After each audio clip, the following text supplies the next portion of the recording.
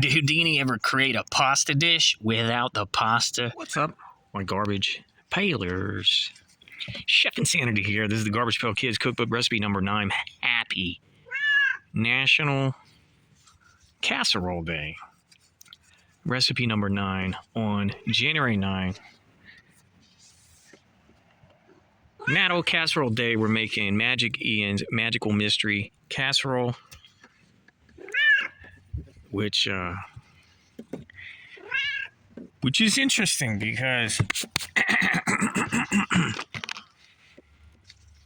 it's just spaghetti squash. Have you ever had one of these spaghetti squashes? Spaghetti squash, spaghetti squash, spaghetti squash. I have a lot of issues with this recipe because it does not meet or exceed the American Casserole Institute's definition of a casserole. Okay.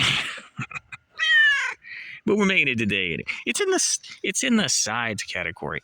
By definition, a casserole is the dish. It's the whole course in one. It has to be baked. It has to be served in the baking dish. And most importantly, there's 4 elements. There's 4 ingredients, okay? All in the same dish. You need a starch. You need at least 1 vegetable. You need a meat, okay? I guess if you're vegetarian, you could make some kind of exception there. And you need cheese, okay? This is just straight up cooking Magical Mystery Casserole. It's just straight up cooking this spaghetti squash, which should be fine. It should be fun. But that would be your vegetable. No meat is required and no starch. You need potato, pasta, rice, some kind of bread. So whatever, a baked ziti, even lasagna is technically a casserole, okay? But this is not. It's in the sides. It's purple category. It's in the sides, okay? I'm gonna cook it up. You ever had one of these? You ever seen one of these? It's squash. It smells terrible, but I'm familiar with it. When I was growing up, we used to make it, and we'd just put marinara sauce and Parmesan cheese on it like you would spaghetti. Garbage Pail Kids Cookbook, recipe number 9, January 9th. Magic Ian's Mystery Casserole. And I think the joke here...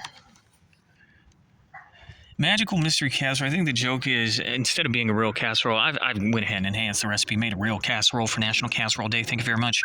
I think what they're going for is, people are unfamiliar with spaghetti squash. You serve up, you get them thinking that you made spaghetti, but really it's spaghetti squash.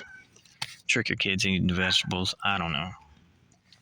But in the spirit of the holiday and conforming to the standards of the American Casserole Association, okay, those elitist gatekeepers of all things casserole, I have gone ahead and made a real casserole, for it includes a starch, a vegetable, a meat, and a little bit of cheese. But the recipe as instructed, you're just making spaghetti squash. Now, they tell you to put it open side down. I've always cooked spaghetti side squash, spaghetti side up, because that way you can use it like a little bit of bowl. All right. Now, if you've never seen one before, simple as, look at this. You just peel back the flesh, spaghetti flesh. There's your vegetable. I added 2 whole potatoes as a starch, and a little bit of beef crumble as the meat, and topped it with some cheese. Oh yeah, there's also an onion. But imagine this. Oh yeah, and then there's what stock did this call for? Chicken or vegetable stock? I went with beef stock. See, look like spaghetti. Of course, earlier this month was National Spaghetti Day, recipe 8. Saucy Sarah's spaghetti sliders. That is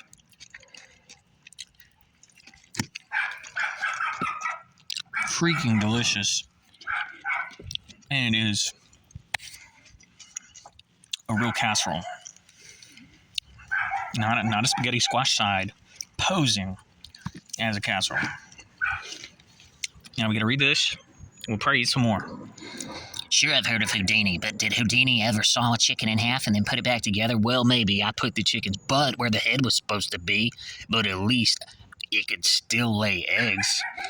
Did Houdini ever create a pasta dish without the pasta? See, there you go. That's the essence of the recipe. It's not as directed. It's not a casserole, but pasta without pasta. That's the joke.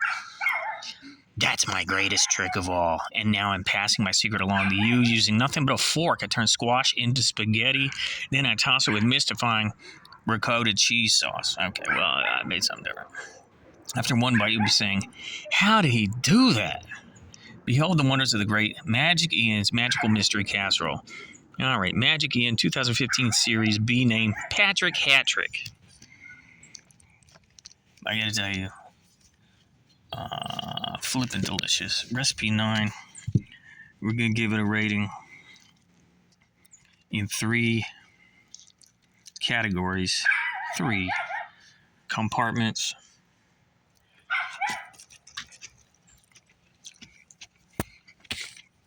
It's so good. First is obviously.